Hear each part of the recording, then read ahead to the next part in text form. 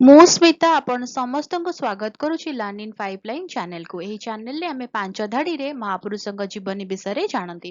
ଯେତେବେଳେ ପାଞ୍ଚ ଧାଡିରେ ଜାଣନ୍ତି ଅଧିକା ଜାଣିବାକୁ ଇଚ୍ଛା ହୁଏ।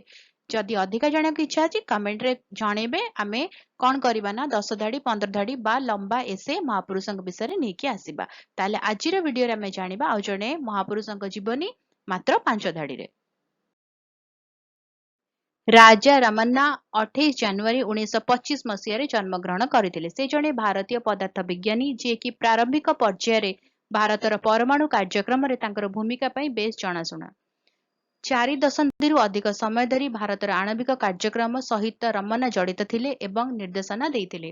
ତାଙ୍କୁ ପଦ୍ମ ବିଭୂଷଣରେ ସମ୍ମାନିତ କରାଯାଇଥିଲା। 24 ସେପ୍ଟେମ୍ବର 2004 ମସିହାରେ ତାଙ୍କର ଦେହାନ୍ତ ହୋଇଥିଲା। ରହୁଛି ଦେଖା ଆଗାମୀ ଭିଡିଓରେ। ନମସ୍କାର।